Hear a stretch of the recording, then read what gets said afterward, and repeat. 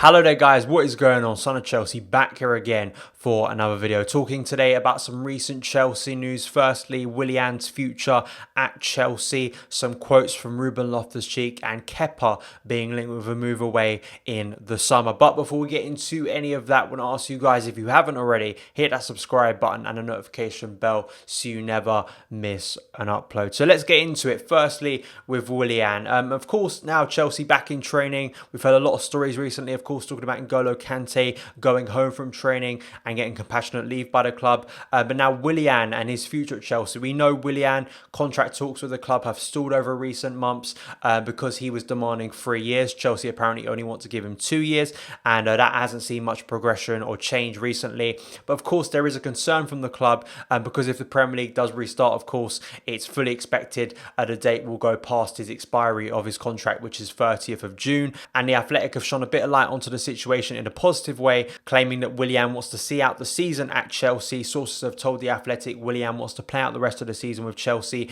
and the N'Golo Kante situation has not changed his mind, though he understands his teammate's stance. No conversation with the club about a short-term extension has actually taken place. Such arrangements must be finalised by June the 23rd, leaving more than a month for an agreement to be reached. The article also states about Willian wanted to stay in London, which of course has linked him to Arsenal and Tottenham in recent weeks.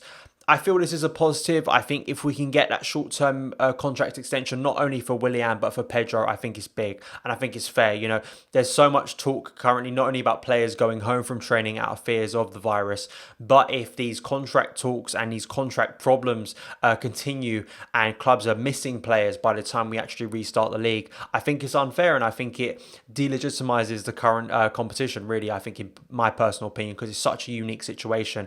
And I think when you look at both Willian and Pedro, two players that scored the last time Chelsea actually played a game, I think both of those players can be very important to Chelsea. Now, I personally feel, as I've stated a lot of times, and I think this article also states as well, it's very unlikely Willian is going to stay at Chelsea past that short-term contract. It's fully expected he's going to leave. We've spoken a little bit about where he could end up, you know, at Arsenal and Tottenham, and how that would impact Chelsea fans' feelings about him. But I feel that we absolutely need to keep Willian. We need to keep him for this short period of time, just based on squad depth, just based on the experience he has, even if it isn't going to be the same type of end of season with this when the Premier League restarts.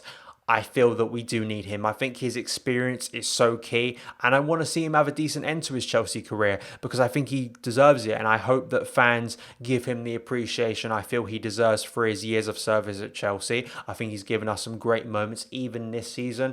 Think about Tottenham away. But those are my opinions on the situation. Please let me know yours in the comments below. Would you like to see Willian not only see out this season at Chelsea, but stay a little bit longer after that for next season? Please let me know in the comments below. Moving on now to Ruben Loftus-Cheek and some quotes he gave in an interview recently, talking about his return, talking about getting back to playing football, which I'll give you now, and then we'll react and discuss a bit more about Loftus-Cheek. He said, "I'm really excited to be back and just to see a few of the boys at a safe distance, obviously, but just to have that social contact with some of the boys that you're used to seeing every day and you haven't seen for 2 months. It's good to see and talk to them at a safe distance and then start to work for what could be restarting the season. This is the first stage of it and it needs to be safe, but I feel like the routine they've shown us is safe, so for us, it's good to go at the moment. I was back training before lockdown. I've been doing general fitness stuff. I've also had some individual responsibilities to keep my Achilles in check to stop any further injuries. It's been calf workouts and stuff like that, just keeping my body strong for when we go back." And then Ruben talks a little bit about the current season. The whole squad have done really well this season, especially having no new players coming in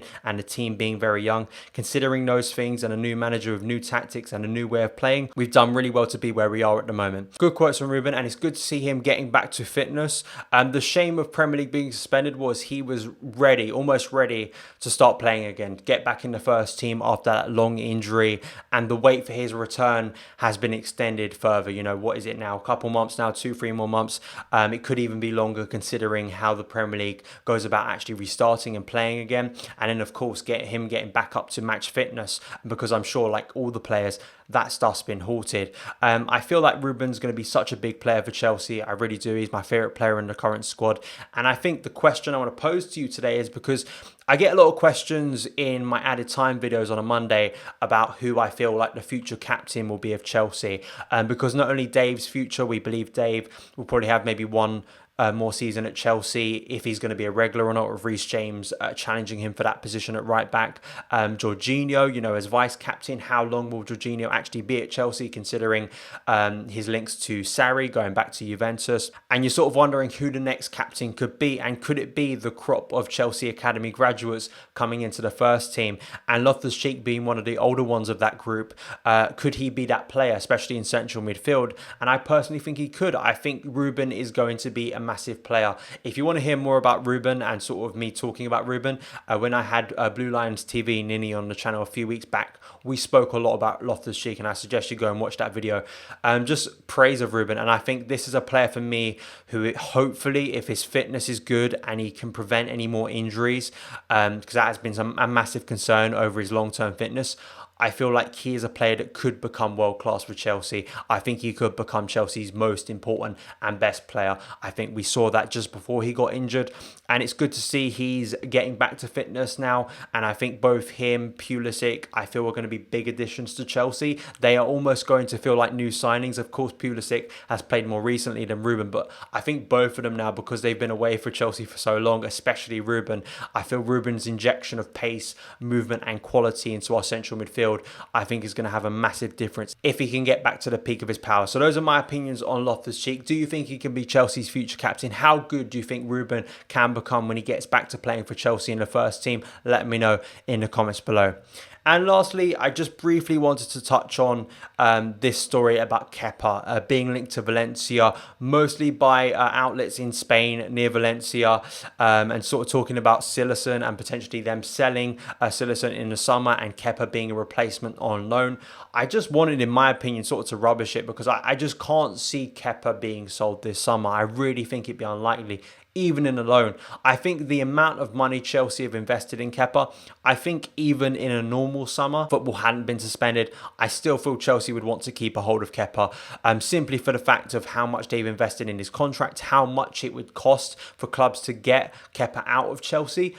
Chelsea are not going to be easy negotiators, as we've seen before. They demand a high fee for their players, even players like Morata and Bakayoko, who, and Morata for me is a prime example of this, you know, really failed at Chelsea, but Marina was still able to get a very high fee for him, which is going to help Chelsea in the long term.